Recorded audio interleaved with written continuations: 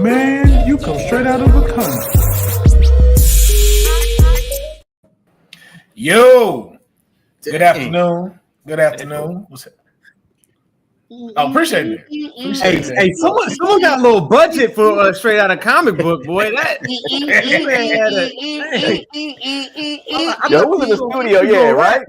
Turning the knob. You know they be in the studio like turning the little knob real quick. I thought your man was. I thought Will was in there like, hey yo. Hey man, I did say that. That is my voice saying straight out of a comic book. So yeah, bro, all I'm saying, bro, you know I'm about to start DJing, so you know that right there, I might need that. I need. Hey, I got you. I'm trying to be like y'all, man. Y'all my inspiration, so I'm trying to keep up. Nah, that Tupac is certainly on his way back with that joint right there. I will take that. Ladies and gentlemen, welcome to another episode of Straight Out of Comic Book. Happy Saturday, whether it's afternoon or evening time, wherever you are watching this. Appreciate y'all checking it out. We are continuing today the 90s cartoon Mount Rushmore. If you saw the previous episode, that was bracket 1. And y'all saw how chaotic that went. So you already know we're here for part 2, continuing the first I'm gonna ask y'all, what is the tournament called when it first start? Like they got the semifinals. What's the first one called? Like preliminaries? Qualifiers? Yeah, it just depends on how you're doing it. So, NCAA is just like, it's the first bracket of like 64 teams. So it's just like the first round. So it's round 1. First round 2. And then normally semifinal or quarterfinals, semifinals, and then it could be, I guess, the conference finals and then the championship like that. I'm gonna be honest with you, Keenan. I'm not gonna remember any of that. So we're gonna go with round 1 and 2, like y'all said. I appreciate that suggestion because I'm gonna fuck all that up. So we're still in round 1 of the 90s cartoon Mount Rushmore. And so for part 2, I wanted to make sure we have a difference of opinion and stuff. And I can't think of some folks that would not give great opinions about these next set of characters other than the folks I see here today. We have comedians. It's all comedians. So y'all know this shit finna get wild. This shit about to get wild, man. We got Brandon Broady, Callie Scott, Keenan Baker, and Darren Big Baby Brand in the building today. I just got to ask, and of course, we'll start with Broady and go in the order that y'all see here. How are y'all doing? How's your week been, and how you feeling right here, right now? Man, I'm feeling great. Will, after hearing about Darren's Ghanaian stories and hearing your straight out of comic book intro, I just feel, happy and very. There's a positive Black future. You know what I mean? And I feel good. I couldn't agree more. Callie, how about you? Well, I'm chesty today, so I'm always feeling good. Chesty. Pretty much how we just rounded out. I got my first comedy show out here coming up. So if you in LA, y'all come out. Hey, let's go. Yeah. Okay, can I do it? Because I don't do it until I really kind of got your permission, dude. I kind of held back. I'm always down to share the horns, baby. Yes, sir. That was clean. Appreciate that. Keenan, man, how about yourself? How you feeling? Man, everything's great, man. Life's been good, good New Year. Tonight, if y'all in town, if y'all in LA, Bonfire Stories, the best show in LA, straight storytelling. Hey. You know what I'm saying? The audience gets to ask you questions, man. So, come through. So we do once a month, 8 p.m. downtown LA at Dion Studio, LTE Studio. Oh, wow. Yes, sir. Yes, sir. Darren, how about yourself, man? How you feeling? Hey, man, blessed, man. Raising this little boy while he fuck up my house, but I'm blessed, man. Blessed. Hey, man. Why are you cracking your knuckles, Darren? Hey, man. You about to beat his ass? Hey, man.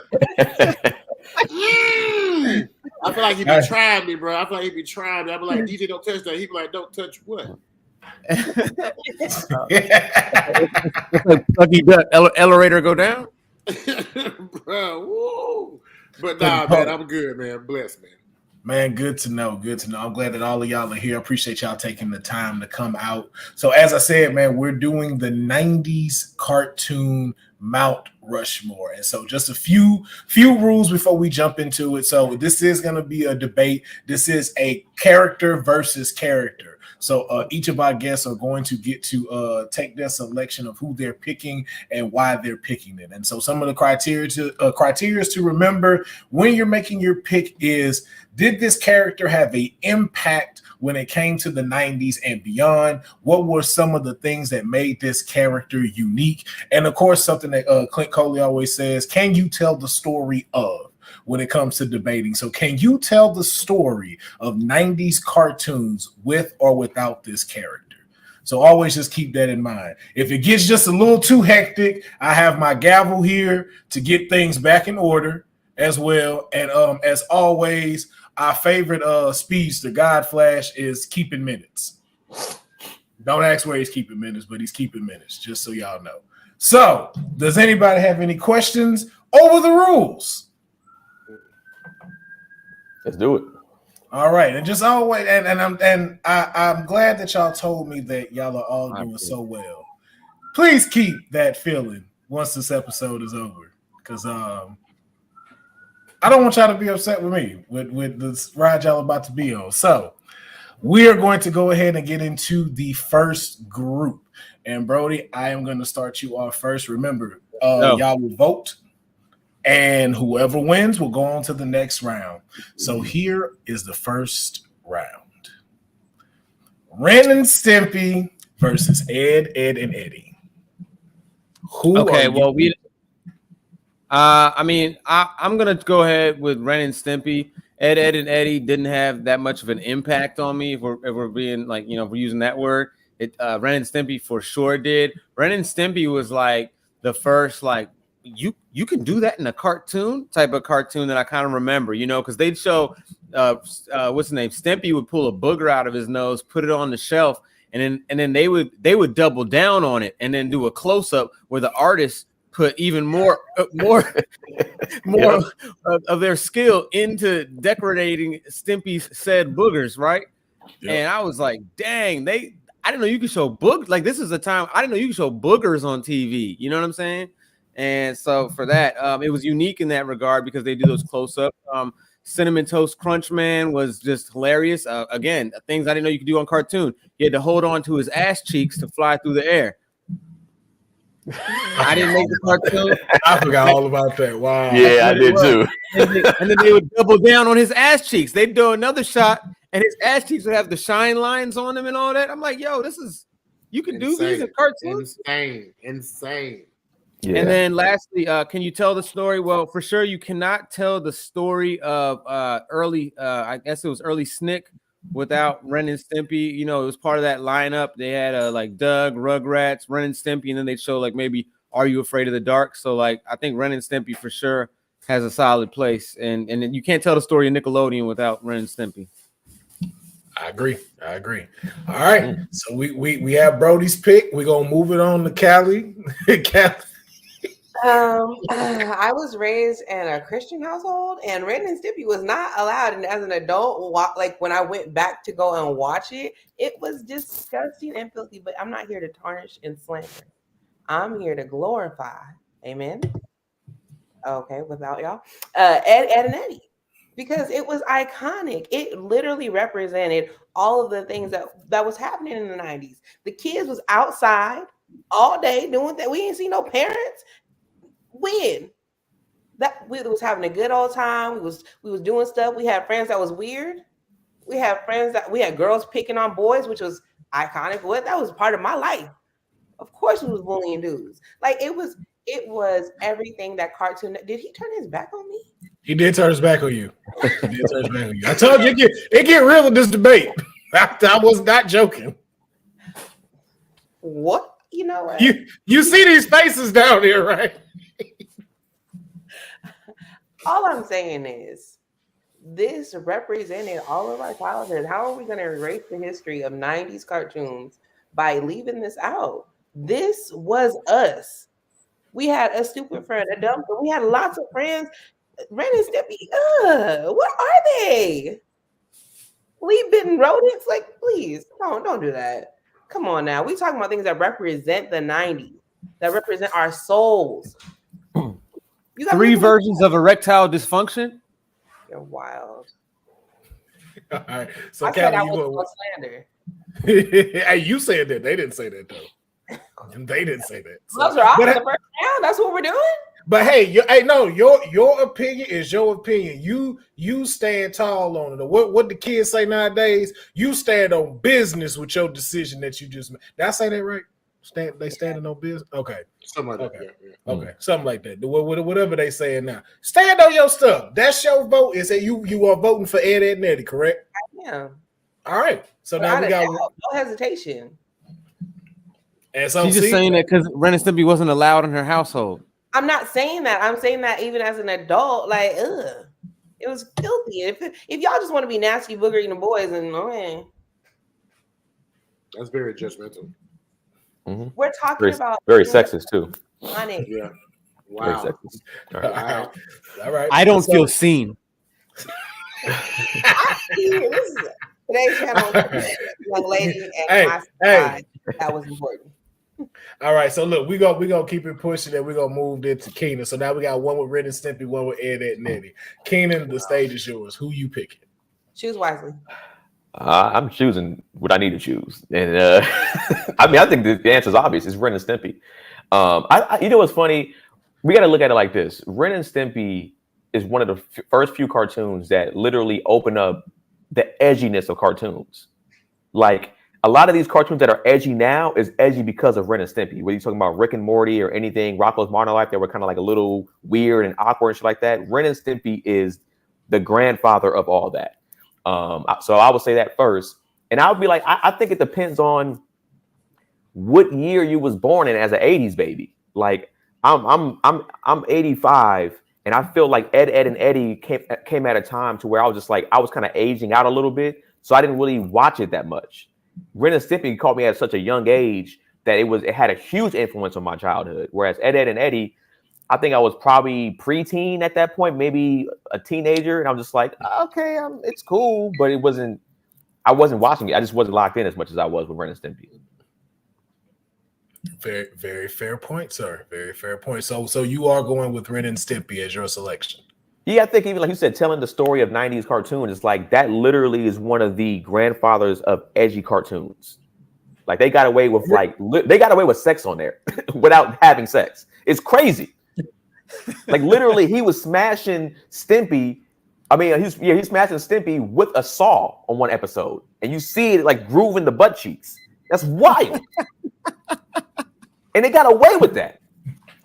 And then you literally go, busting everything. And I'm like, oh shit, I forgot. Like, nine, bro. Hey, shit was mad wild, son. Shit was very wild. That set that from an edge standpoint to all the cartoons that you like that's edgy now.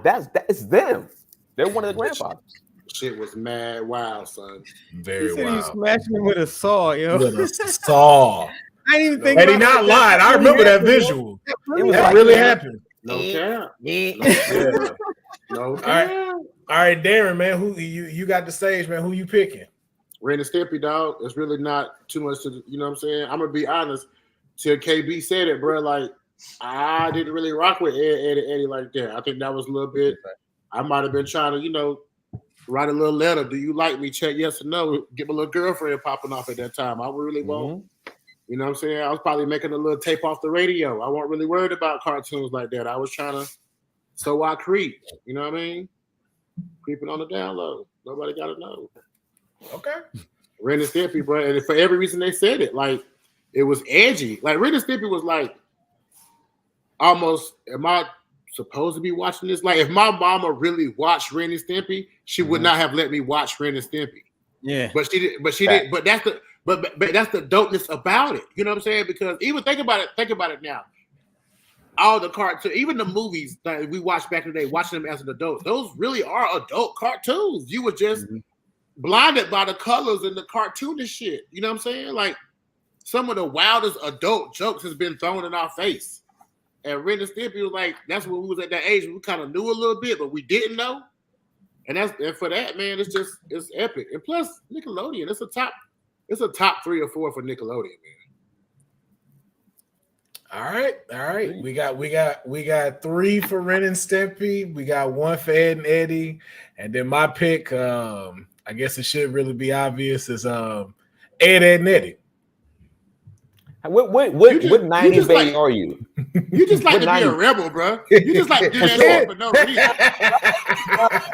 That's the main thing, bro. He really don't mean that shit. He just like to do that shit. I do. Oh no, I'm gonna tell you. Oh no, I'm gonna explain it why. It's just some people who just like the goddamn. Oh, I just go get the grade. Yeah, but I want to, like I said, I want to know what 90s kid were you? Were you like a late, like were you born in the late 80s or early 90s? No, it was early 90s. I watched it. I watched this when new episodes came out.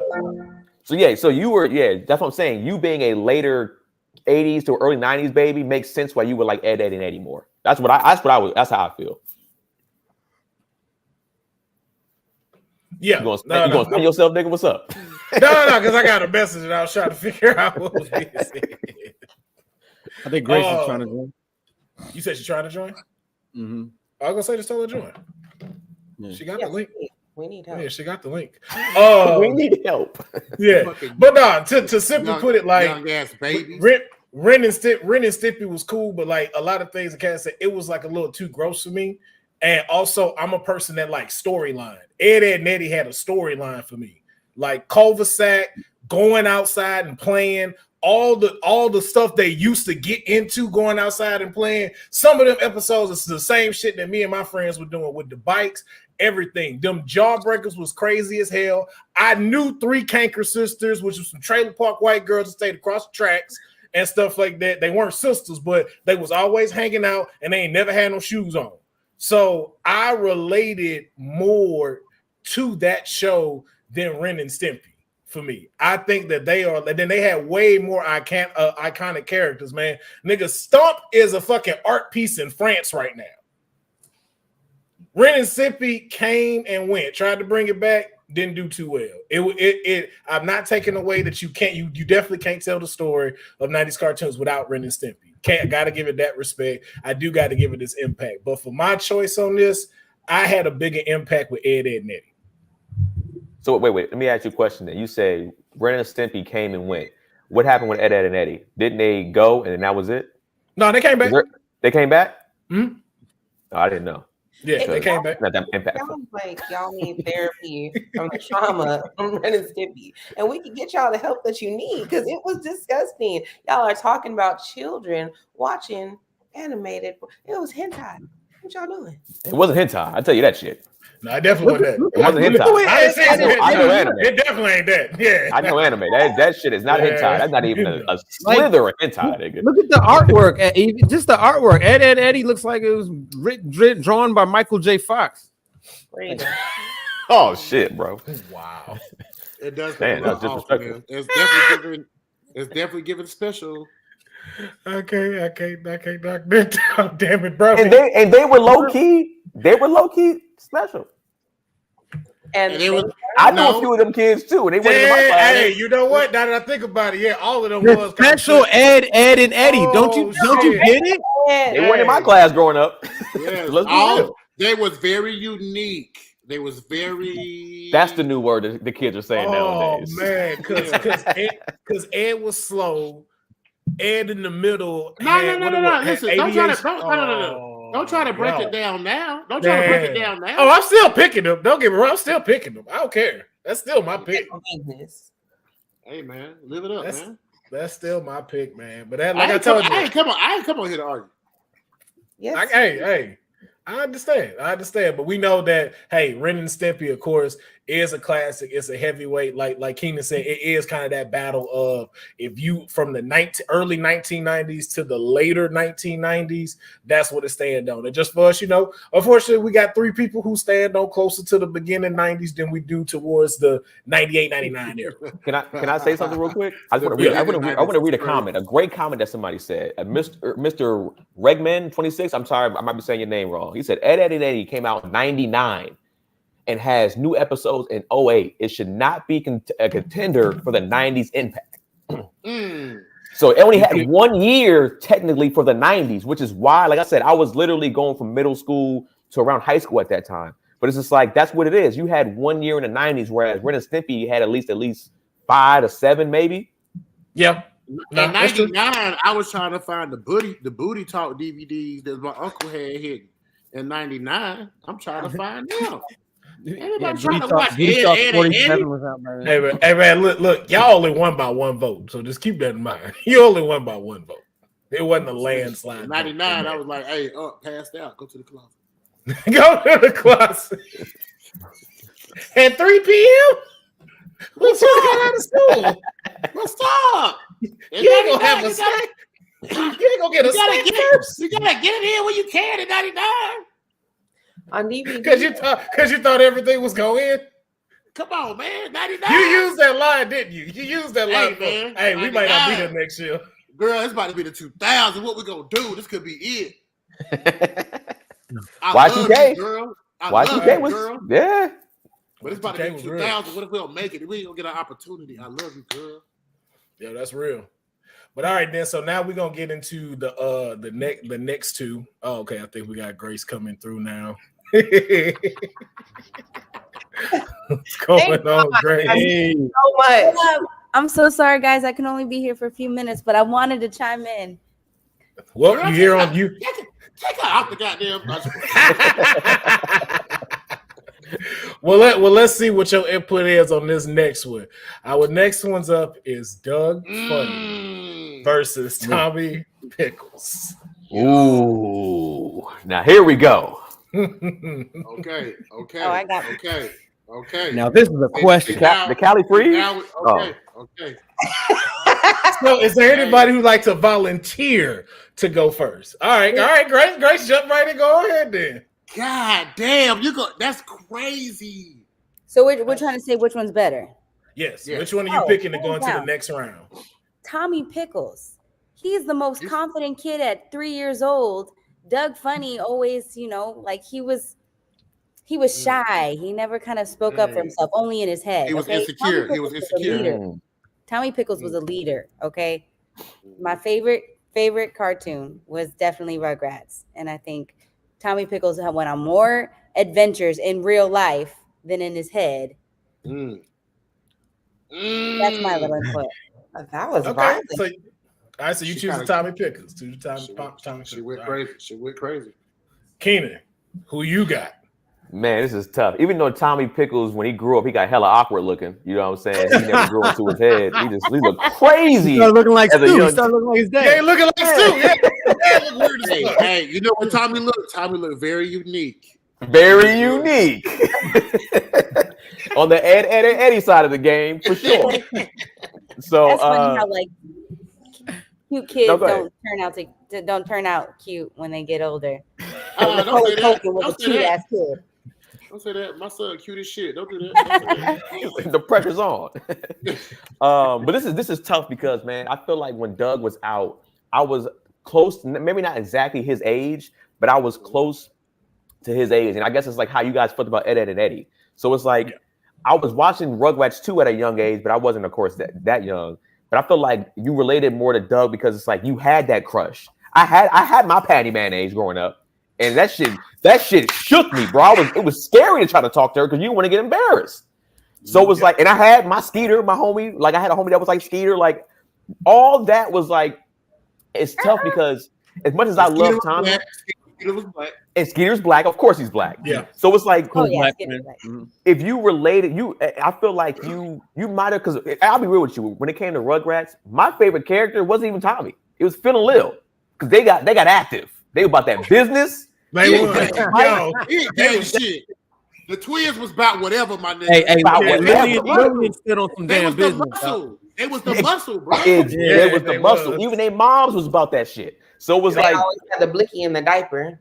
Always about it. They was always ready. It's right here. Hey, who? Then I would go Susie Carmichael after that. If we being real, don't even let go yet. That's saying without even adding Susie, it was already. So it's like as much as I love Tommy, I'm not discrediting what you said. I think what you said was actually is really good. He was confident. He was like, he's a leader. He was the only one that stood up to Angelica. Angelica was a bully, older. He was like, let's get active then. He was with it. But I felt like at that particular time, I just was more embodied with Doug because I was going through, you know, I guess slight puberty, having girl crushes, being like, damn, man, like, what do I do? Having a friend talking to, like, it was like I related just more to Doug. And that theme song, baby. Like when you got a classic theme The song original like that, one, not the Disney one. Hey, man, sure, hey, not too much on that Disney one. Hey, yeah. Not too much on the But Disney yeah, one. I'm gonna give the slight. Woo, this is tough. Slight edge to Doug. Slight edge to Doug. Okay. We got one for Tommy. We got one for Doug. Darren, man, you up? Who you picking? Drumming on a trash can. Living on the street light. Yeah. Come on, And bro. on my banjo. Yep. Come on, man. Hold on now. Like, give me some time to think about this because Doug, like you said, everything about Doug at the time started liking girls. I had me a little patty, or I thought I had, because you can't trust these hoes. I'm just They in middle school, man. Back then, bro, girls was ruthless, bro. She'll break up with you and go with the homie that's sit right beside you, bro. You like, yo. And we all know Patty ended up with Roger at the end. Bro, so. the dude can't even read. You going with Roger got it first for sure. Yeah, come on, man. We already know. So boom. Doug also gave us like confidence for the corny dude. You know, maybe the dude who didn't have the freshest kick, so you know what I'm saying, whatever they was going through. My boy had the same outfits, you know what I'm saying? Remember the first time they showed his closet? Crazy. Mm-hmm. I mean, 40 vests, t-shirts. You know what I'm saying? That was kind of like, damn, bro, Doug. You know, the vests are in now, though. We like that. The vests are in now. Yeah, that's what I'm saying. Doug was going through shit, bro, and his best friend was black. I do fuck with Doug. But that motherfucker Tommy Pickles, man, he is a leader. He's a leader. He's fearless. He has a gang. Like, Doug got one friend. Tommy got a gang. Like, he can go, he can hit you either way. You know what I'm saying? And he, you know, Tommy, if it was Black Lives Matter, Tommy's marching with us. You know what I'm saying? You fuck with a girl named Susie Carmichael, my nigga. Like, you with the movement. You with the movement. And if we want to go song for song, dude, that's hard. But we can't not what Maya and Mason them did. You with and the me Rugrats. will always be tight. You know what I'm saying? No. Oh no, that's we didn't go with that one. Take me there. I want to go there. Take me there. Let's go there. Take me to. Oh, you don't know the song? She was singing the Proud Family. Oh, you a late 90s baby. You must be a later 90s baby. What it is and how we used to say. Dang. Yeah, she go. Don't try to sing for real. It's because I was singing Proud Family earlier. That's not fair. Yeah, don't try to sing for real. So, even though I do rock with Doug heavy, man, just off that theme, that, you know, I felt like Tommy and the Rugrats is kind of tied to black culture in a way where I think Doug was for everybody, but I really felt like, you know, they had a hip hop soundtrack to the first movie, bro. Like we watched these kids be kids for 6 years before the movie came out. We was watching the movie as like teenagers. That's OD. Like, yeah, on an orange VHS tape. Yeah, I gotta go, Tommy, man. I gotta go. I mean, you can see Rugrat shirts today when people want to throw in a little vintage tee. Y'all, you don't really see much Doug. Yeah. All right, Darren going with Tommy Pickles, man. And look, I'm following right behind, man. It's Rugrats all day. It ain't no debate, ain't no discussion. Like, Tommy Pickles would be on the Mount Rushmore of Nickelodeon cartoons, man. This dude held the world down pigeon-toed. All right, let new people in the game, man. The fact, that was the first character I ever seen get a sibling. You ain't never seen a character get a new character introduced like that. This nigga got a whole sibling and they made a movie off of it. These motherfuckers got lost in the woods and he got them home. Doug ain't never done no shit like that. You ain't never expect Doug to be fingering Patty Mayonnaise at the party, no matter with the Beats or Quail Man or Mr. Swirly. All right. That's one thing he didn't do was get his swirl on. But I do still fuck with Doug because Skeeter is in there, and we know Skeeter was black. But as far as lasting impact, Doug only got remade on Disney. They just remade another Rugrats in 3D. I don't like it, but they still got an impact to this day. So I got to go Tommy Pickles. I feel like Tommy had real enemies too, bro. Like, he had real beef. No, I mean Roger was real beef, dog. Roger was giving Doug that smoke. He was. Damn, he was. He was. But I mean, Tommy though, Tommy stood up against adversity. Tommy stood up against being bullied. Cause like, yo, Angelica wasn't nothing to mess with either, though. Yeah. And he went toe to toe with that bitch. Like, what's up? Yeah.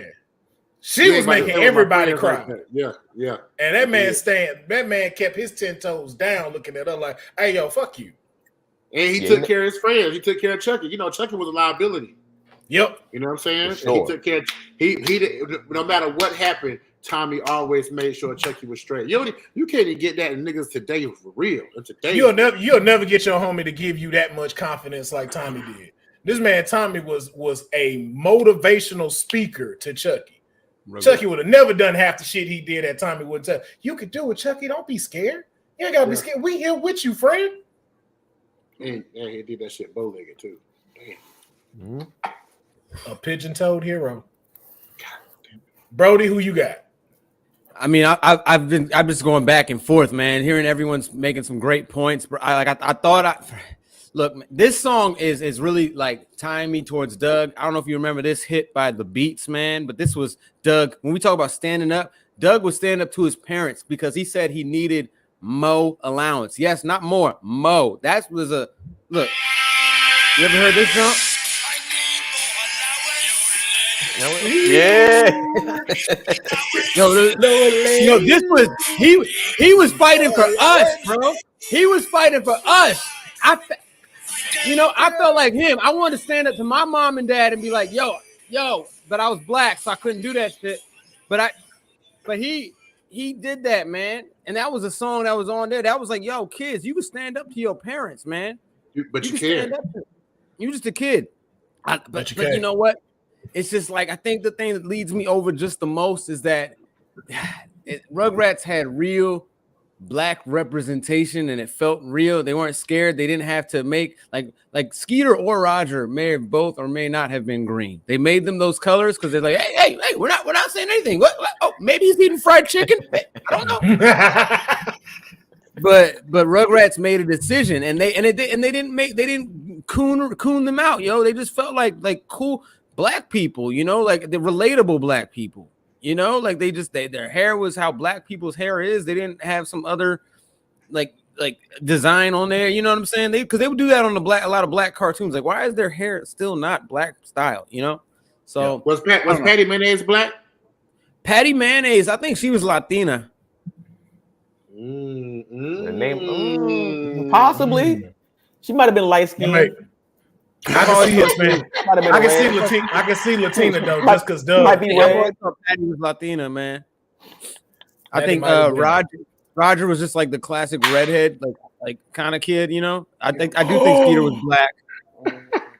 He was that was what Roger was. Roger was a redhead. Wow, and he had the freckles. Redhead. Yeah. Bro, Roger was a he was a rockabilly. You know the rockabilly dudes, man, they be dressing all old school. Yeah. Redhead rockabilly. She might have been light skinned. I don't know. I mean, I'm just going with complexion, man. You know what I'm saying? Hey, the Latina and light skin, it is neck and neck. I ain't gonna front because the blonde hair, either one of them could have. Oh, Patty was definitely Latino, man. I'm telling you. But who you going with, Broady?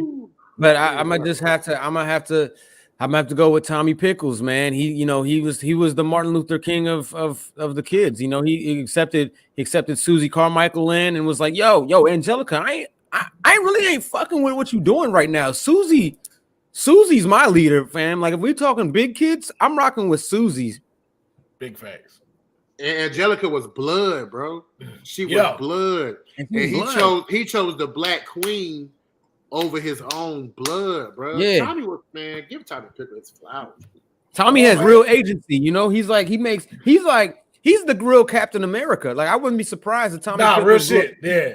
He was the first Avenger. If we being honest, Tommy Pickles was the first Avenger. That's how I felt. Yeah, that's how I felt when Keenan described it. Because it's like he don't necessarily got to be your favorite, but if you made him Avengers, it's like, that's Cap. That's Captain. That's Cap, bro. Did the twins have two parents? No. Yeah. She did. Yeah, they did. But the mom was low key a stud. Yeah, But I thought mom was a little studdish. I thought mom was a little okay. I think that was our first representation of the beard relationship. Like, Yeah, Crazy. we know what she doing, and she just keeping it status quo. But because that it looked like a broke down stew. I think it was both of them, Chucky. the dad and the mom. Chucky Daddy was a single father, so they had representation in there. Yep, and then he married an Asian woman, and then that's when you brought in Kim. Oh yeah.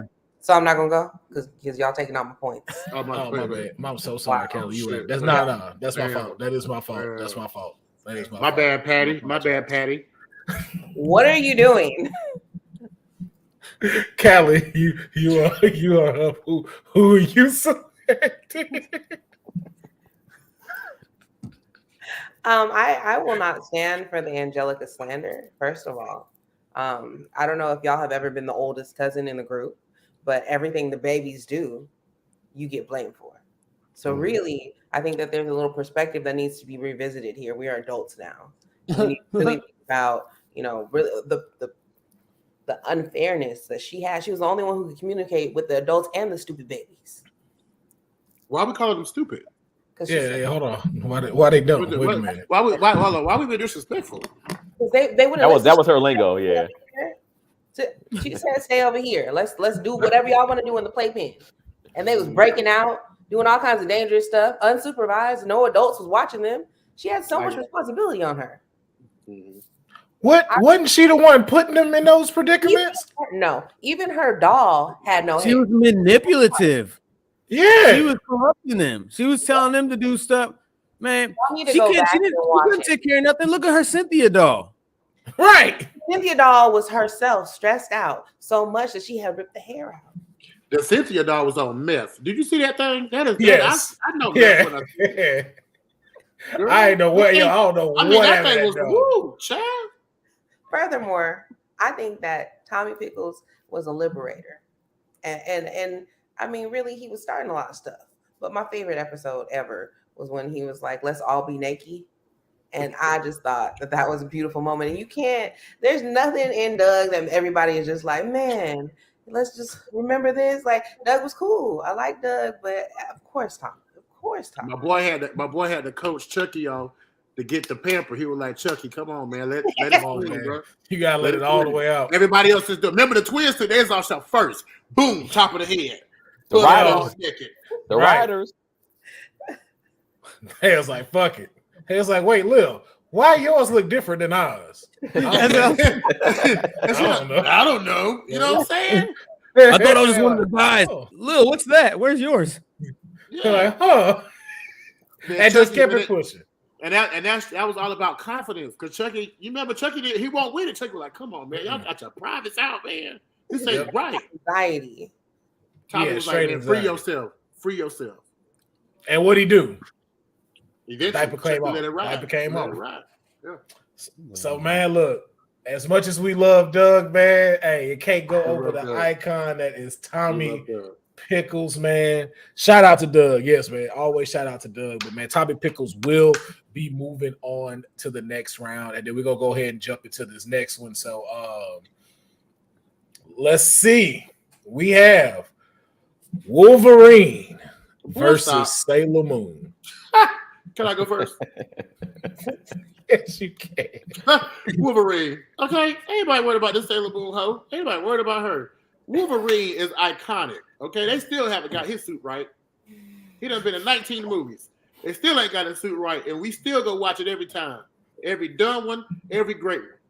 The man heals. He's a leader, but he ain't. He's a rebel. You can tell his story 3 different ways. He had a side bitch. You know what I'm saying? Like, that could kill him, but he didn't give a fuck. That's real love. You know what I'm saying? Like, Animanium, Claws. He's people. I would probably say he's probably the most liked X-Men of all X-Men. And if you want to compare him to that puts him top tier Marvel. I mean, he has his own. He's part of a franchise. He has his own franchise. What up, bub? I mean, we know it. The first time we saw it on the screen with Hugh Jackman, we fell in love. I mean, it was horrible, but we didn't know it at the time. You know what I'm saying? Like This is true. and Sailor Moon, cool. Like, but I'm not gonna sit here and act like I know her material over Wolverine. Okay. All right. Keenan, you next. I mean, you know I'm an anime guy. You see the Dragon Ball on my head right there. Mm-hmm. As Sailor Moon is extremely impactful, but I would say is probably way more impactful for girls for sure. I think Wolverine, and especially from this 90s cartoon, the X-Men cartoon, that theme song. I mean, both of these theme songs are actually kind of dope. But Wolverine is one of the most iconic characters in history of all cartoons or anything. Like, across the board, he's one of the most recognizable faces. You might find some people that be like, "Oh, who's that?" when they see Sailor Moon, they don't know anime like that. Everybody knows who Wolverine is. This version right here, too. This cartoon version right here. The yellow suit is iconic to us growing up. So, I mean, I guess short and sweet, man. Like, I wanted to be Wolverine. I was doing this as a kid. I was doing that. You know what I'm saying? Yep. That's the nails. You know, that's the. You was the only one doing that and not doing the fist. You was the absolutely not. I'm making sure I got them. I mean, I went shing, shing. I went like that. Shing. So I pretended I made the X. You know what I did? I like my shit came out slow.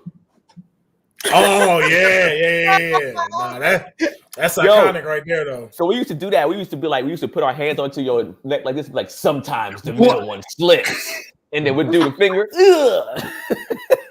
We break our forks like this. We do the fork and knife. Exactly.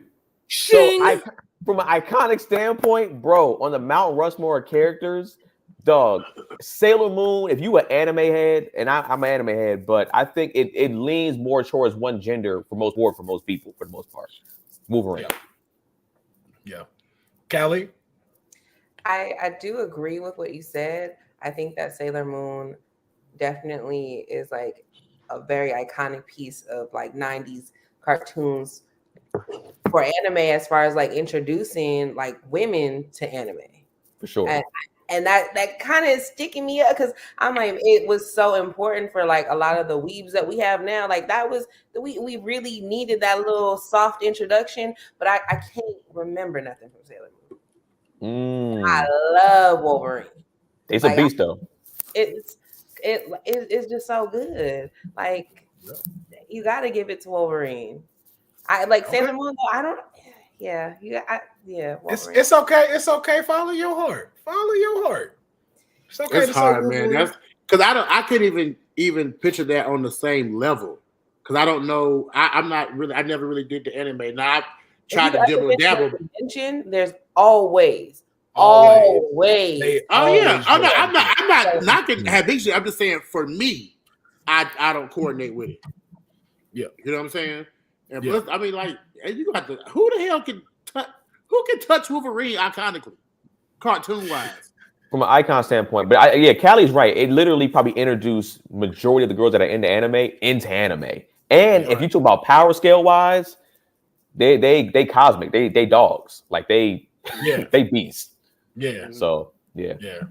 Broady, what about yourself, man? What's your vote? I'm laughing. They saying Broady done ate a whole lunch. Yeah, I did.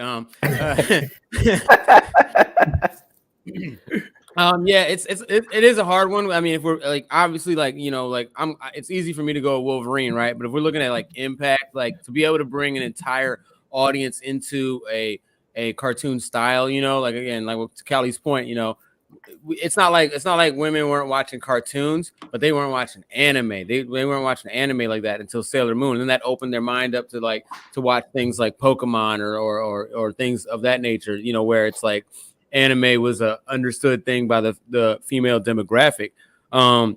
Unique. I would say Sailor Moon was more unique.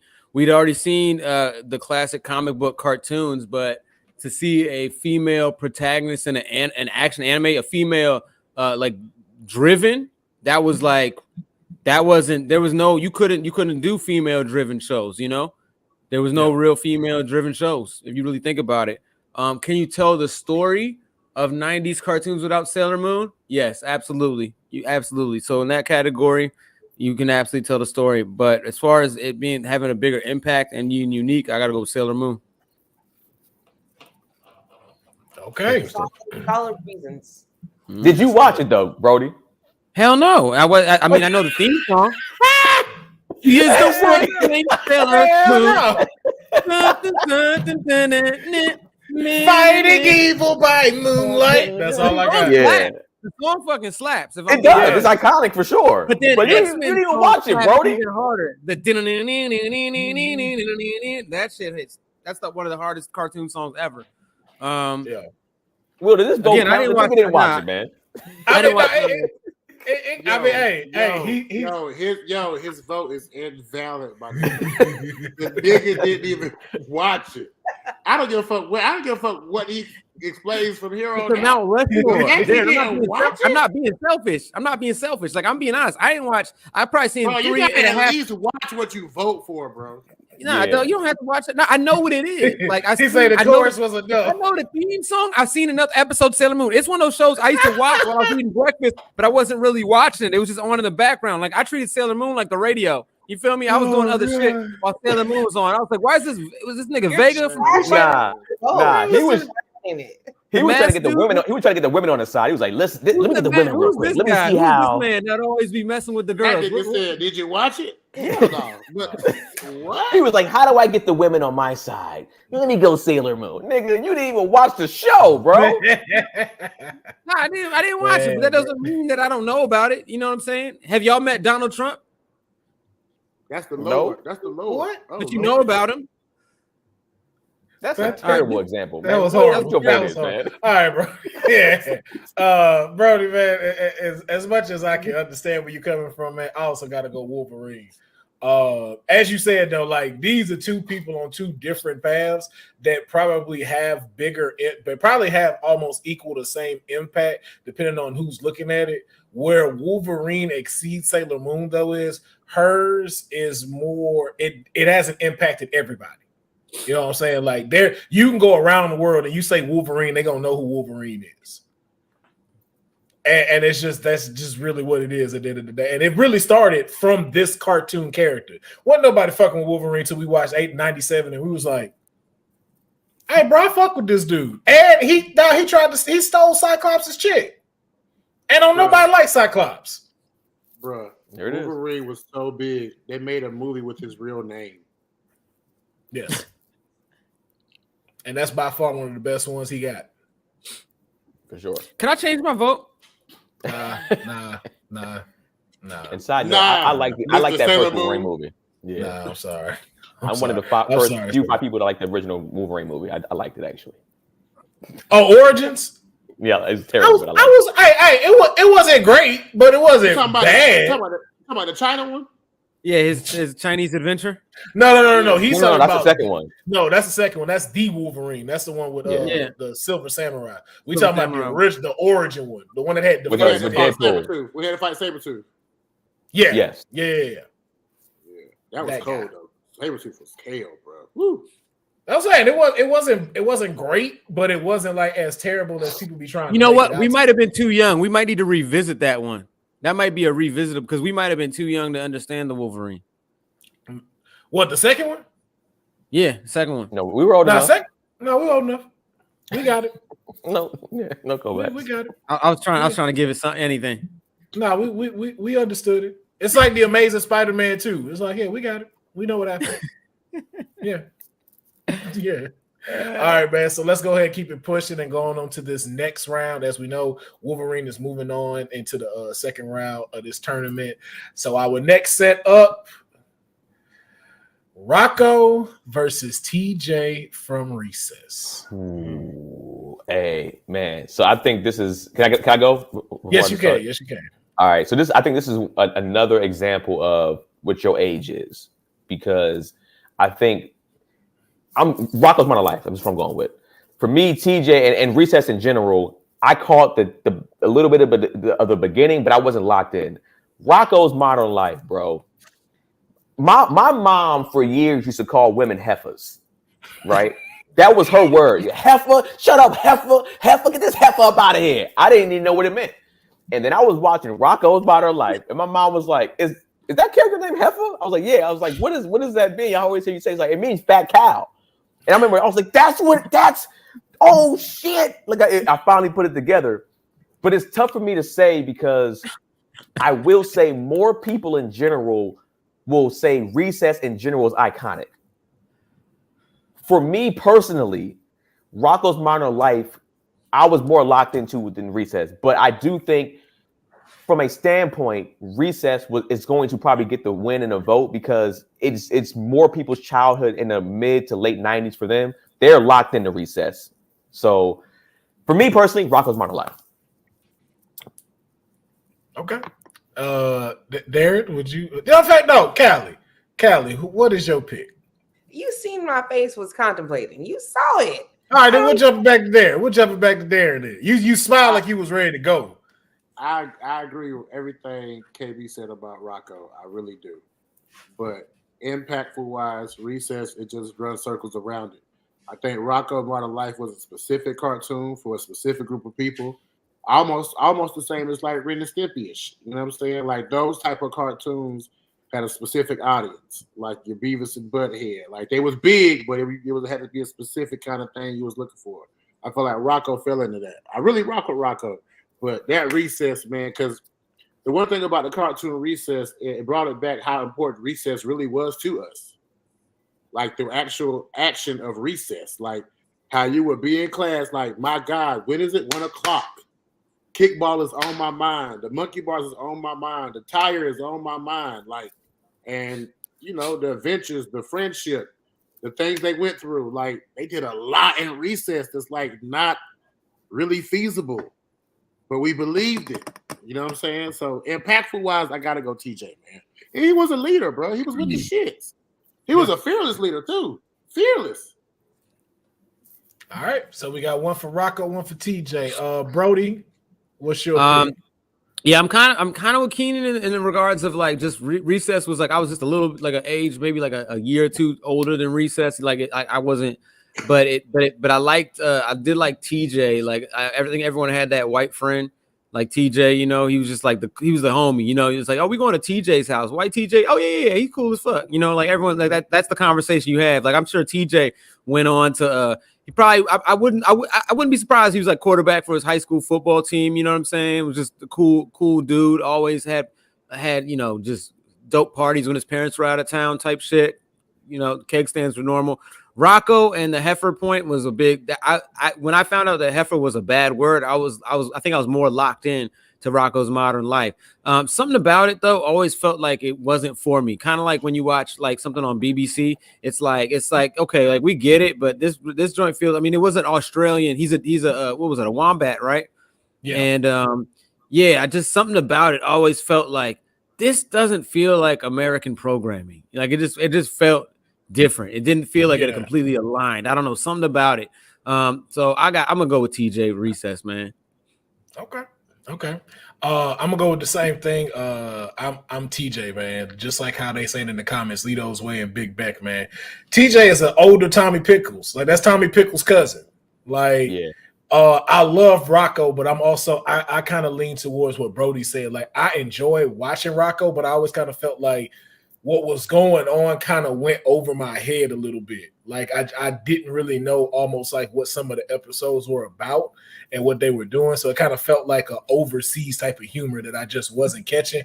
But the drawing style and everything that was in there, like you said, the whole heifer thing, because my mom used to say the same stuff and then find out it's like, oh, that's what a heifer is? Just it made you want to watch it. And then, but what threw me off was the two toes that I didn't know if he was like, if Rocco was fucking his wife or what, or she was trying to like get this nigga to her room and shit like that. It was just very confusing shit as opposed to like Recess. Like, man, TJ just held it down for all his people. Like this nigga took over King Bob's whole hierarchy and was running the shit and had to learn like, hey, yo, this ain't my life. This just ain't my life. So I'm going with TJ on this one. Callie, are you ready? Yeah. I think like my main my main issue right now is animation style. I really feel like Rocko's Modern Life had just like this iconic, like true 90s like nostalgia and feel to it that like Recess, it was kind of like this hybrid of like, you know, like the 2000, but everything you said was correct as far as like, I don't know. I just feel like looking at them, like if I was like, I'm getting a 90s t-shirt, I'm getting a Rocko's Modern Life t-shirt, not a Recess one. I don't disagree on that part. Rocko, yeah. That's a really tough. I mean, but as far as like who should be on the mountain, I guess it's TJ. Okay. So is TJ your final selection? Yeah. All right. You did not seem too confident in your But it had to be made. And all. She's like, I wear his shirt. If that matters. What? I was like, what is she talking about? No, pig. I get it though. I get it. It's over. You still thinking about it. Like, did I do the right thing? Hey, if that's what you're running with. TJ had a whole gang of diversity of niggas he fuck with every day. They never folded, bro. They never folded. They stayed down as a unit. Yeah, they did. Even when they thought what's his face, a little geek was about to move and shit. Yeah, man. Like, yeah. That was a fire episode. But all right, so they had my black boy in a jersey, kind of racist, but it was cool. Yeah, he been in cartoons his whole life. That's a real actor. His whole life. Yeah. He was the BK kid. He was in another show. Like, yo, he just that's the first cartoon actor we did. He's in the multiverse, bro. He was an Arthur. He was in everything, bro. I've seen him, bro. Yo. It's a post I want to do a green screen on, bro. The black cartoon character from like 88 to 06 has all been the same nigga. Yep, that man is a Samuel L. Jackson, the black cartoon. But all right, so let's go ahead and move on to our next one. This one's going to be a little tricky. I'm curious to see what y'all pick is going to be. It's not that. Yeah, that was tricky. Yeah, that was very tricky. Peter Griffin versus Kenny McCormick. Oh, okay. Callie first. Go ahead, there, Callie. We are talking about 90s cartoons. We're literally talking about things that were from our childhood. Y'all like to pick up like cartoons that had to do with adultness. And like these two are both pretty adult. But like, let's be honest. The shit that they were doing on South Park was out of pocket and out of line. This is ridiculous that this is even a debate. It should not even be allowed. There's no way that we're putting Kenny on Mount Rushmore. Y'all gotta grow up. So you going with Peter Griffin because absolutely. Like, first of all, it has like hurt humor. Like if anybody's getting hurt, kids love that. Peter was always getting beat up, knocked out, tripped on, stepped on, trampled over. Like, come on, man. Kenny was getting killed every episode. Here's the thing, right? Murder is not for kids. That didn't make me happy as a kid. I did not like that show when I snuck and watched it. But you went to church. You was a church kid. That's why, man. No violence for you. We about that violence, damn it. Right. All right. So, Callie, you go. So you're going with Peter Griffin for your choice. I'm going with Peter. And there was just so many. He was the head of the family. Like, he didn't know what he was doing, but he was just trying to figure it out. He was us. That's us. Okay. So, all right. Go ahead, Keenan. This is tough because I don't think this is fair. This is not, because we talk about 90s cartoon Mount Rushmore, right? First, I thought we were picking just actual cartoons. But when it comes to characters, if you put Cartman there, Cartman will give Peter a run for his money. Mm-hmm. You know what I'm saying? I'm not necessarily, it's hard for, I'm with Callie. It's hard for me to pick Kenny and Kenny was impactful when I was a kid. In middle school, South Park was on fire. Like, it was like the show, to be honest with you. But everybody at my school had a Cartman shirt, not a Kenny shirt. Everybody had a Cartman shirt. So I would have to lean towards Peter in this one too, just to keep it short. Okay. I'll go. I will say I'm stuck between it because Keenan, for you, mine was a little different. It was the reverse. Like Cartman for us didn't get bigger until like later into the 2000s. For us, it was Kenny. And I guess that is really just because we were prone to violence. Like, yo, you couldn't wait to see what happened to Kenny next. Like, I had a Kenny shirt. Like, it wasn't like Cartman didn't get bigger to me till like I got older, and then I understand. I'm like, oh, I see why it is now. Cartman really is kind of the whole show. But as you said, and that's why Cartman had moved on to the next round in the previous episode as well, just so you know. But yeah, for this one, like I gotta say Peter Griffin. Just the guy is iconic. The man is killing it in Fortnite right now. So it's just like impact. You can't tell the story of you can't really tell the story of cartoons and not mention Family Guy. So mine just like, to keep it short, is Peter Griffin. Is Peter Griffin? Hold on, let me say this real quick. Is this a fair shake because Family Guy came out in '99? Yeah. So it's like that's another thing too. Is it's like technically they say it still is a 90s cartoon because it started on there, and the impact that it did have in the first season to be able to keep going, especially that switch that happened in 2000. A lot of stuff happened and flipped in 2000 as far as cartoon styles, which is another reason why it got canceled and then had to come back. So, yeah, for in those times, that's why they still consider it to be one. Oh, but Darren, you said you want to go next? I'm going Peter Griffin. Two things. And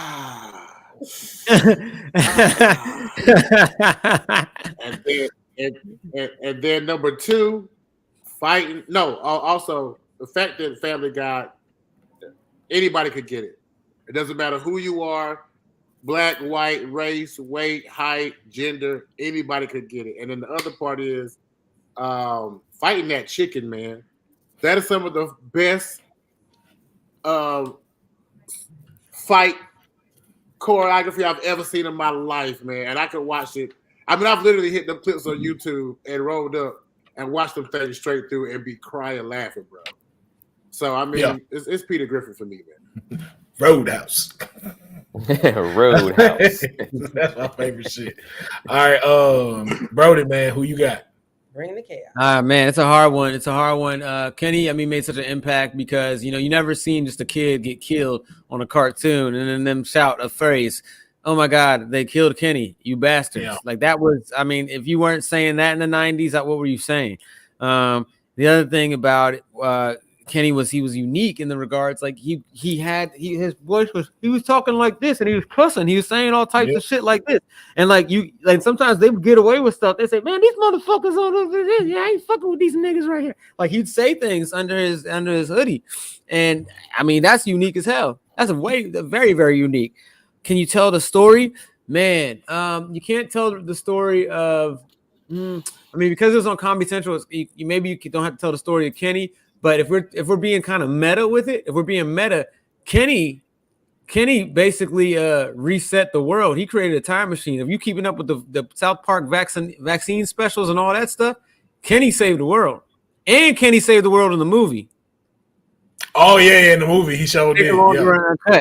Yeah. So it's like if we're talking about who saved society, it's gonna be Kenny McCormick. We're talking about who goes on the Mount Rushmore. That's who. Exactly. People that made an impact to society. Like he saved the world. Kenny saved the world twice. That's true. That is true. Hey, Broady, did you watch Family Guy? No. Also, did you watch South Park? For the record, I have seen every single episode of Family Guy and every single episode of South Park. I've seen all 6 chicken fights. I saw when the chicken had his wife involved with Peter, and the chicken were actually friends for a little bit, man. They made up. They had a good time. I've seen every episode of South Park. But y'all haven't. Have y'all watched the latest one? Have y'all watched Not Suitable for Children, where Randy gets an OnlyFans? No. Brilliant. No, I haven't. Fantastic television. All right. Well, hey.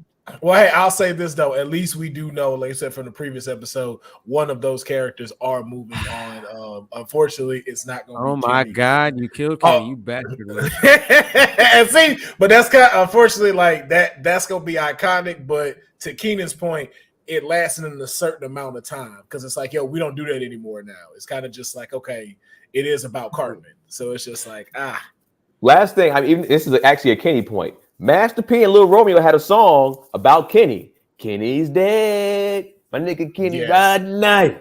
Oh, Kenny died tonight. So, all right, y'all. We only got three more to go in this first round. So, as we know, Peter Griffin is moving on to the next one. I am curious to see what y'all decision is on this this next selection. I think this one is a little more even. SpongeBob versus Pikachu.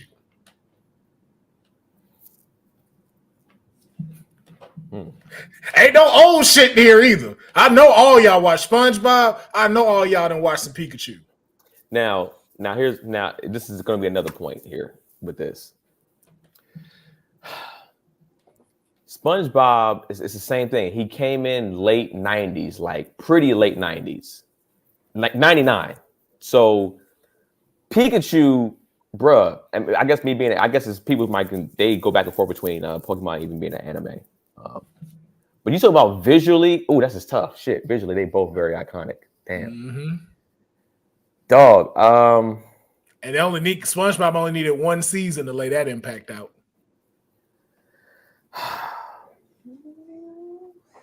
Hey man, I'm gonna kind of throw this in the air and for impact, it's tough. I'm gonna throw it in the air. I'm gonna go with Pikachu. He gave the 90s. He actually had a 90s run.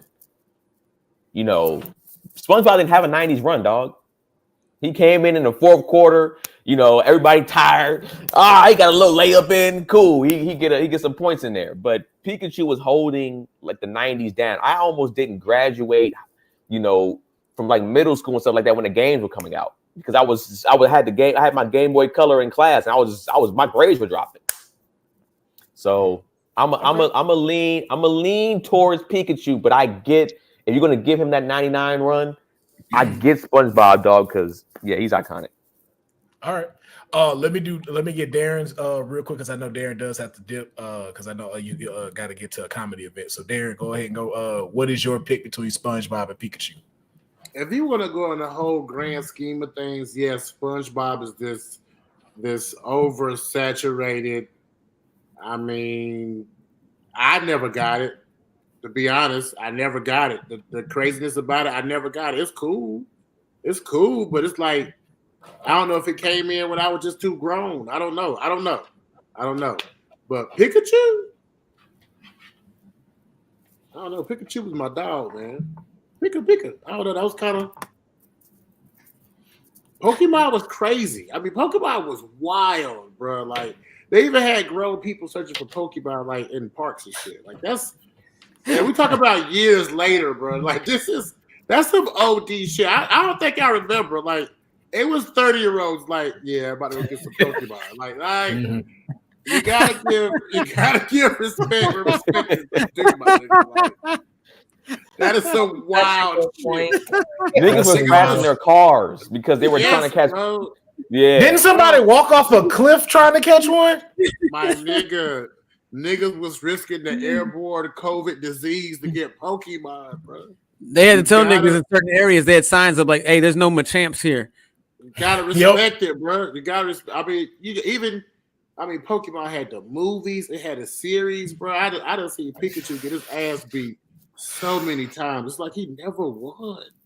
It always took so much for him to win, but his impact on Smash Brothers, the video game community, Pokemon in the video game, man. Like, I want to give SpongeBob his respect, but I to me that's more of a 2000. I won't really be fucking with it, but I did. You know what's that? Pokemon. I did fuck with it. Yeah, Pokemon. Right. Pokemon. Pikachu. All right. It's a no-brainer for me. It's Pikachu too as well. Yeah. On the movie when Ash died and Pikachu cried, come on, man. That was it. Yeah. When he Pika and them tears came out, that was it. That man had every Pokemon. Because he got killed by the cat thing, right? The little cat slender thing. Yep, Mewtwo. Yep. Fucked him up. Fucked him up. Yo, that's when you knew, like, yo, it's Pikachu all day. I think like how y'all said, even though it did make an impact in 99 when it came out, like I said, it leads to the 2000s, even as though they still consider it a 90s cartoon. In the 2000s where it took, but you just, bro, you're not outdoing Pikachu, man. There ain't no stadiums and fucking big ass stores open for SpongeBob, but they got them for Pokemon and Pikachu. So that's I'm going with Pikachu as well. Broady, who you got? Yeah, Pikachu all day, man. I mean, for real, impact. I mean, like y'all said it. I mean, he's in video games. I mean, Pikachu just like he's. I mean, come on, he's in rap lyrics, bro. You know, what's that song? Like yelling like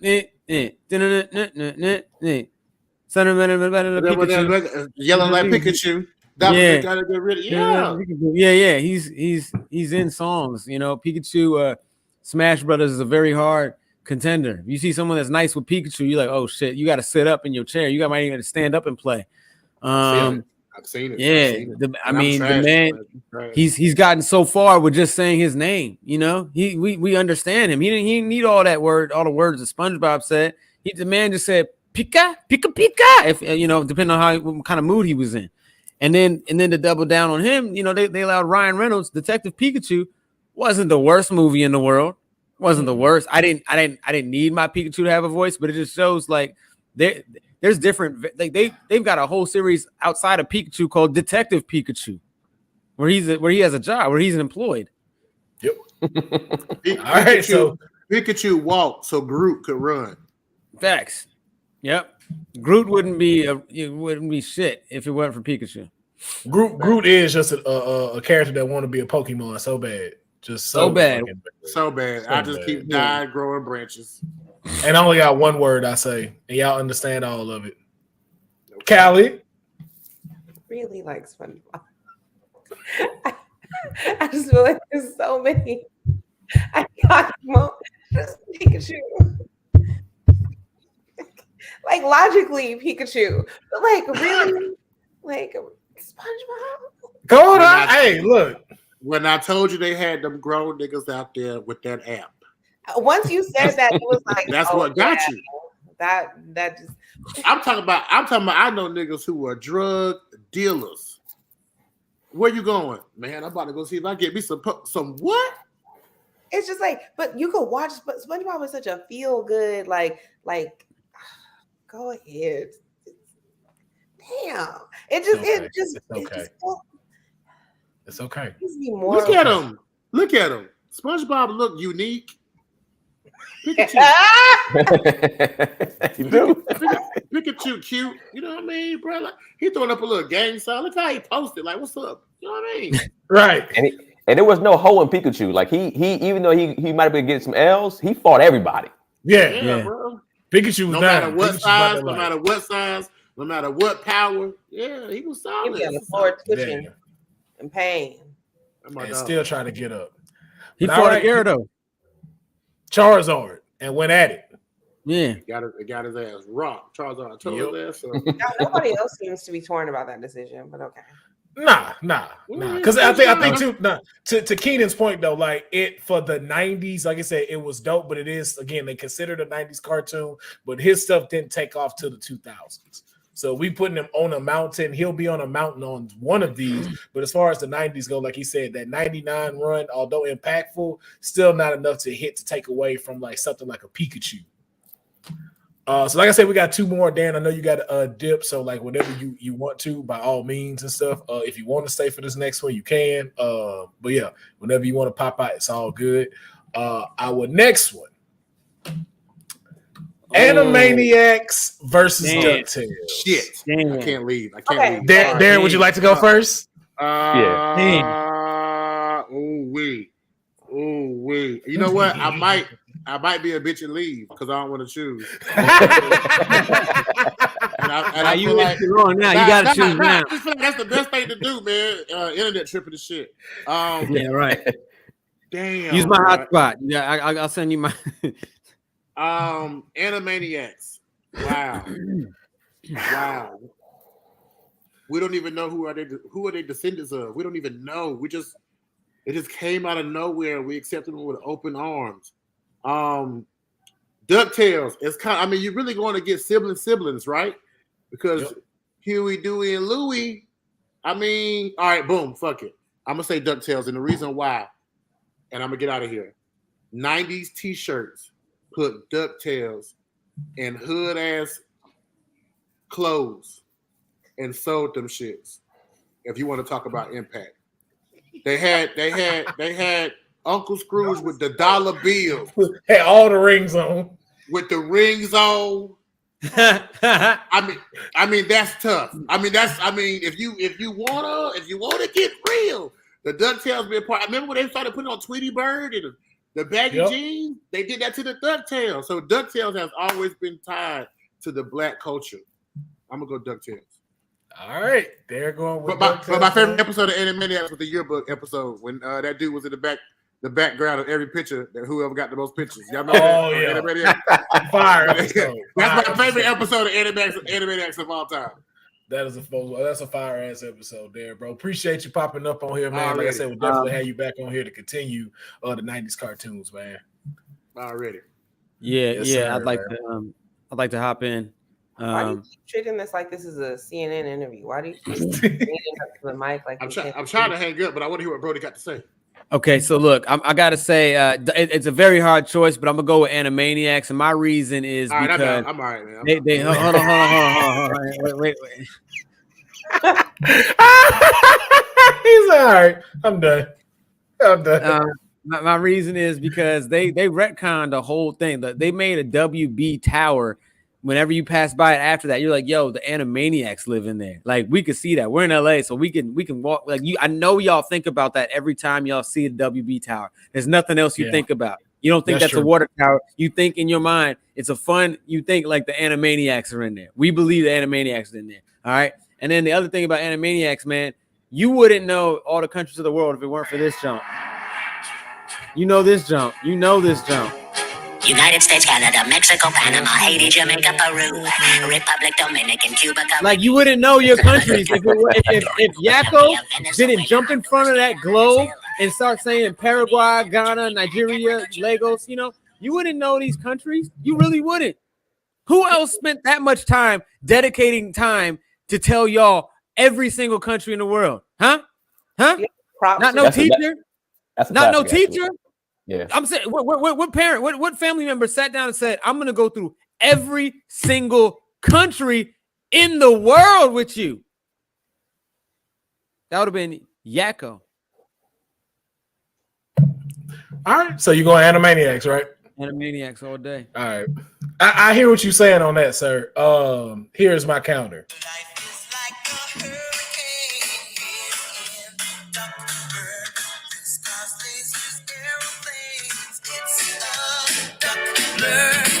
Might solve a mystery.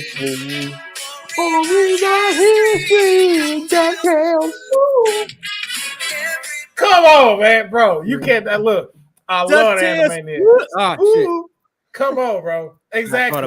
You're still singing the song. I got caught up in the moment, man. You could have played Paraguay, Uruguay, Salvia. I'd still jump in that joint too. Danger. Come on, man. Episodes 5, movies. And the DuckTales video games were so good, man. The DuckTales video games were so good. Everybody wanted a pool of coins to jump in when they grew up. I still do. I know it's not realistic, but I still want it. Everybody wanted that, man. Scrooge, Huey, Dewey, and Louie. Man, even when the little girl came in and was adding her flavor. DuckTales all the way over Animaniacs for me, man. So, and I know Darren said DuckTales, so we got 2 DuckTales, 1 Animaniacs. Callie, would you like to go next? Yes. I think that when you think about 90s cartoons and just like waking up in the morning getting your cereal, DuckTales is on. Like, I love me some Animaniacs. They was wrecking everything. It's a good, destructive time. Oh, now you like violence. Okay.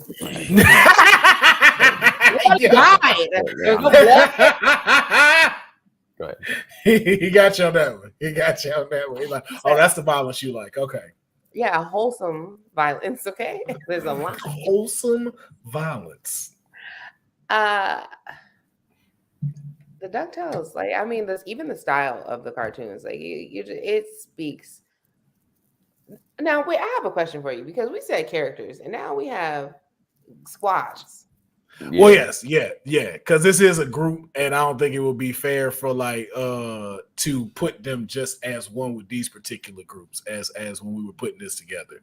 So they were saying like if we put this together, like Wacko don't come out at nobody ever like highlighted these except outside of Scrooge McDuck, but you never highlighted Wacko, Yakko, and Dot. You always had them together. So they thought like it would be fair to not have them together as a group, kind of like the Powerpuff Girls. Like we wouldn't just put Blossom, like you'd have to put them as a trio. Same thing with Huey, Louie, and Dot.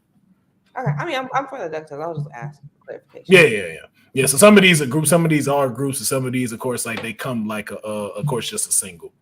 So, Keenan. Man, this is where it gets tough for me because Mr. Regman 26, he's kind of doing what I'm doing. Like I'm looking up some of these cartoons again, and this is technically 87.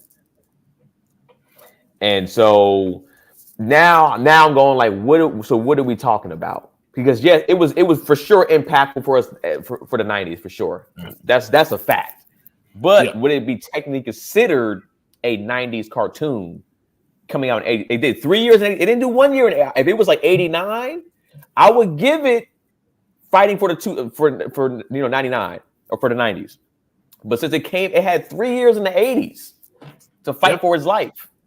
That will be considered more of an 80s cartoon technically. By a technicality, I think it loses in my personal opinion for that reason. But if I was choosing out of these two from a versus standpoint, it would for sure be DuckTales. But from that technicality, I would have to just choose Animaniacs because one Broady song, that's correct. I remember that. That shit was in my for sure. So on a technicality, I'm going take 7. Animaniacs.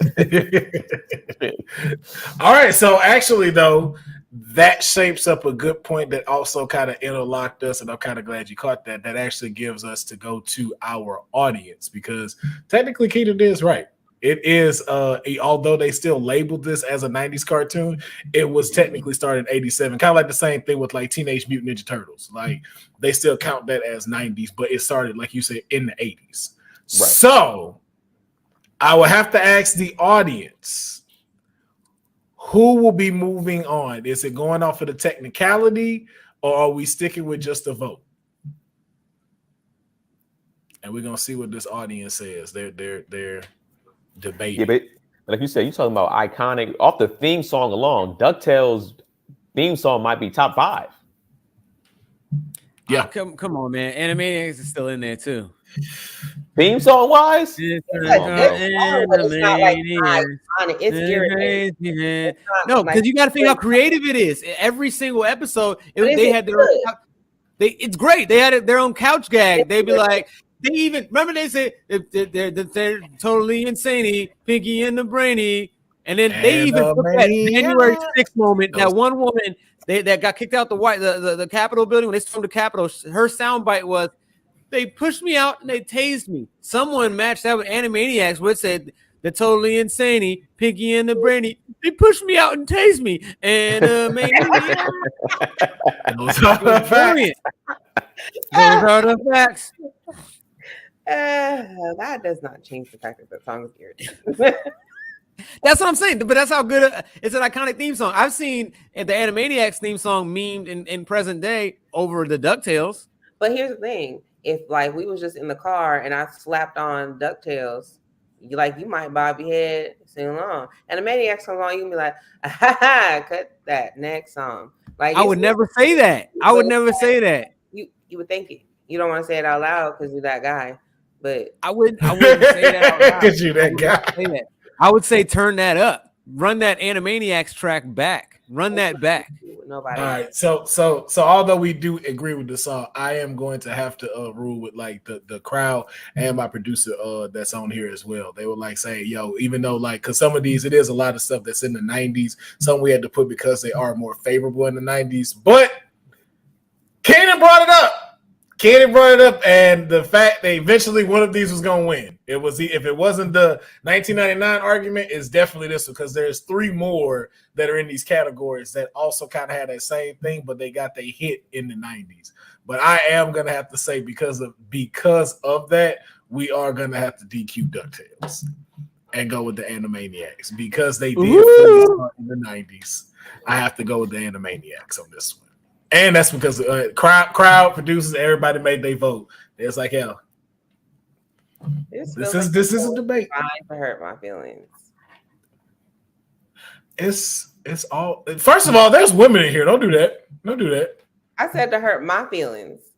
No, never to hurt your feelings. Yes, you got it. This is like a show that's great for people who are a little bit more mature, that like don't favor having a good time when it comes to animation. A lot of these picks have been like bullied. How's it been bullied? We're making some solid sound decisions, and as a team, we not doing the right thing. This ain't a team effort. This is your individual votes, and it all comes together on who did it. We ain't collectively deciding. Yeah, you deciding who you I'm like the independent most. contractor right now, Callie. Yeah, everybody's independent. Yeah, I have a W-9 on this jump. But your opinion matters. So we're gonna go ahead and get into the final group. These are a little bit older, slightly, and again, kind of on the edge of that 90s. And that is gonna be Cat Dog versus Courage. I already know what y'all are gonna pick. Well, Callie, would you like to go first? I'm gonna go with Courage. But here's the thing. Cat Dog was such a wait. Hold on, before you start looking up the years, let me know now. Emotionally involved to destroy my life. We good on the years? Here, let me check. Keenan, we good? Yeah, 98 Cat Dog. I think Courage is after that. I think Courage might be. Courage is 99. That's 99. Yeah, so they're both at the end. I think that Cat Dog was just a very, very good cartoon. I mean, like the premise of a cat dog is just like so out the box. Like when you say, "Who am I putting on a t-shirt?" Most men are gonna put Courage, but only because they dripped him out in. But really, if you saying like, I just want something that's 90s, you got to pick Cat Dog. Cat Dog on on the cartoon route mushroom, whatever, you know what I'm talking about. Route Rushmore. That yes. Like just think about it, like it's gonna be such an interesting perspective because like it was just an entertaining show. Courage was a scared, and it was our first trip of anxiety for a whole entire show. That wasn't a good time. I did not enjoy that. I don't even want to look back at it. She ain't lying with that one. So you're a chest, you going with Cat Dog? I'm going with Cat Dog. All right. I'll go next. I'm also down with Cat Dog. From the intro to just how silly it was, Wilson in the hole and stuff like that, the updated Jerry. I'm just like, come on, man, like that was me. Because didn't Gilbert Godfrey talk as him? If memory serves me correct, like Gilbert Godfrey talked as the mouse. Like I love that show better than I think Courage would. Like Courage, I get why it has such a cult following and stuff like that, but I could tell the story of cartoons without Courage. Yeah. So that's. I mean, I'm gonna go Cat Dog also. I think you can tell the story of 90s cartoons without Courage because even though it's 99, I consider that I didn't get into that show until the 2000s. Yeah. So, Cat Dog. Well, yeah, like no, world with a little cat dog. So theme song was cool. You know what I'm saying? They went after it too. They was always scrapping and stuff like that, which was hilarious to me. So yeah, I mean, I just feel like Cat Dog to me, when I think about that, I do think of more of 90s. When I think of Courage, I don't think 90s at all with Courage. I just think of 2000s. You know, that's just so. Even though it's 99, I'm gonna give it to Cat Dog. Sorry to be technical. People in the comment section like, nigga, you the lawyer? You putting the rules? Man, shut your ass up, man. All right. Because that's the thing. Like we did, like you got a point though, because we did look and research a lot of these characters, and a lot of them, like especially like a lot of these websites, they consider them to be 90s cartoons. But like how you said, I'm definitely with the Courage. Like a lot of these feel like 2000 cartoons for me. Like I feel like I watched this in like 02 and that's when it started popping. But like I said, a lot of them consider these to be 90s cartoons. Even the same thing like you said, DuckTales. Because they even had Alvin and the Chipmunks on there. Alvin and the Chipmunks started in like 87. So it's like that's the thing. It's like I feel like the biggest impact of DuckTales was the 90s. So that's why we consider it a 90s cartoon. It's not, the impact wasn't in the 80s. It was in the 90s for sure. Yeah. But also like the animation style of these two, it's just very clearly like that one was way more like a 2000s for Courage. Like it wasn't like, even though Cat Dog was a newer or like later in the 90s, it still was like 90s. Yeah. Nah, I agree. All right, so we got 3 Cat Dogs. Broady. All right. Yeah, Courage just doesn't make much of an impact for me. I mean, Cat Dog and Courage were both kind of the end of me watching cartoons and starting to watch Real World Hawaii. Let's see. As far as unique, I think the Cat Dog was definitely more unique. I mean, it's a cat, it's a dog, it's a cat dog. It's like, come on, man. That's the pitch is in the uniqueness. It's like that pitch meeting probably went just like that. They were at Nickelodeon and it was just like, hey, man, so I'm thinking this Cat Dog, and they were like, we're gonna give you 22 episodes. Just like that. You know what I'm saying? Premise sight unseen. They were like, yeah, we get it. They're like, only thing they didn't get was how they shit. But no one needs, everyone wonders that. You know, no one, we don't understand that. To this day. To this day, we don't know. Can you tell the story of either without them? I mean, yeah, I think for both these cartoons, you can tell the story of 90s cartoons without them. You know, I don't think either of them necessarily need to be on there. But if I was going to choose anyone or two, it'd be Cat Dog. All right, so we got Cat Dog taking the win over Courage. Definitely like that because I didn't understand Courage the Cowardly Dog at all. Folks that did get it kind of seemed weird to me anyway. So it's just like, okay, that wasn't the crowd that I wanted to hang out with to begin with. So glad Cat Dog is moving on. Yeah, Courage. Just like they had, like how you have commercials for Xanax during a cartoon. I like to back my statement about the show being designed to not make me feel good. Does that make me feel great? Yes. Courage? No, us picking Cat Dog together. Oh, okay. Yeah. All right. Well, good. I'm glad we all could come to an agreement. High fives and nobody high fived me back. That's crazy. What are you doing, Keenan? What the fuck was that? Keenan's so worried about COVID. Keenan out here like, hey, man. This bump you to the screen. You know? There you go. It's like the new normal. All right, y'all, and that's it. That is it for this second bracket of the first round of cartoons, and we are definitely, thanks to Keenan, going to go in and we got a little bit of elimination to do because now that we've gotten a little bit, we're going to do the impact that it had. So even if it is 99 or if it's 97, where the impact was, that's what we'll keep in mind. So like I say, always adding to these stuff. So I appreciate you even letting us know that, Keenan. That's a good thing to be able to add to these debates. So that is much appreciated.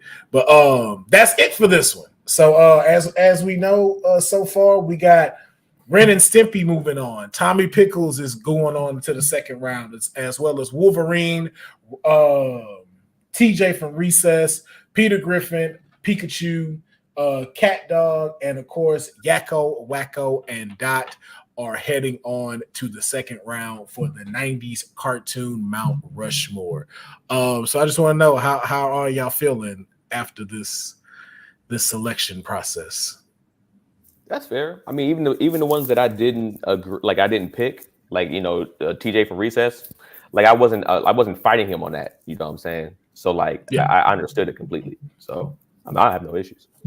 Yeah, I'm not upset that like Sailor Moon's not up there. Because you watched it so much, right? You didn't win. Because you watched all the episodes so much, man. You name two other characters. Sailor Venus, Sailor Mercury, Sailor Mercury retrograde. Sailor, all right, man. Sailor Dan. Is there a Dan? Lieutenant Dan? Kelly, how were you feeling after this? Sailor May? I just low key want to hang out with someone who hasn't seen any of these cartoons that I like and want to watch them experience them for the first time. Because I knew that the criteria was here, but I just thought a lot of people were going to lean more into their feelings. But it's fine. I'm cool with all the picks. They make sense. She hate that Ren and Stimpy pick. That threw her whole episode off. That after that, she looked at all of us different. She looked at all of us different. She disliked us a little bit more. Yeah, it was already there, but she you know what? Solidified. I do dislike. Yeah. Yep. It declined just a little. So violent, but Animaniacs, I love that violence. Yeah. Wholesome violence, as she calls it. No, love you, Callie. You know I got love for you. Yes, indeed. But I don't want to take up too much more of y'all time. I appreciate y'all being on here. But before we get out of here, I always like to let my audience know where they can follow you, where they can support you, so y'all can keep doing the dope things that y'all love and keep being the dope individuals that y'all are. We're gonna start with Broady, Keenan, go to Callie, and then I'll close this thing out. Broady, the stage is yours. Yes, indeed. It's Broady the Joker, Broady the Joker on all social media platforms. And if you are in the Los Angeles area, I'll be hosting at the Laugh Factory this coming Thursday. February the 8th. The Laugh Factory. Pull up. It's gonna be a good time. Yes, indeed. Thank y'all. Follow me on everything. Keenan Baker, Keenan Baker on all platforms. Like I said, Bonfire Stories once a month, free wine when you buy a ticket. Link in the bio. If you're in the LA area, it's normally in downtown LA. So hit my link if you want to get through. I got to head out, but yeah, thank you, man. Thank you for having me on the show. I appreciate it. Appreciate you here, bro. Peace. Yes, sir. Yeah, it's Callie Scott. You can find me everywhere at Callie Scott, LikeKalliScott. If you are in the LA area on Thursday night, I have a show every Thursday in Koreatown at Fountain LA at 8:00. Come out. We're doing some crowd work and having a good time. Yes, indeed. Yes, indeed. Y'all make sure y'all follow them. Pull up, support, especially if you're in the LA area. Pull out. Titties will still be out at the show, but you got to pay for that. See, y'all got it for free today. You got to go pay to see the cleavage and get some laughs. All right. Sometimes you only get one or the other, but you get both when you go to Cali show. All right. And the same thing with Broady. Promo. I'm gonna need to clip that. Somebody clip that. I got you. But yeah, man, y'all make sure y'all support my guests, follow them, support them, man. Keep fund their dreams to keep going so they can keep making y'all laugh and be entertained. And of course, follow me on Will Pharaoh. That's Will Pharaoh on everything, my YouTube, my Twitch, X, I guess, and Instagram and TikTok. And as well, follow the Arcade Tokens on our Instagram, YouTube, and Twitch. And check out more episodes of Straight Outta Comic Book and Geek Blasphemy. We appreciate y'all coming through here on this Saturday. Thank you for spending some time with us. Go outside, be safe in that weather, and do something dope for yourself. And we will catch y'all next time.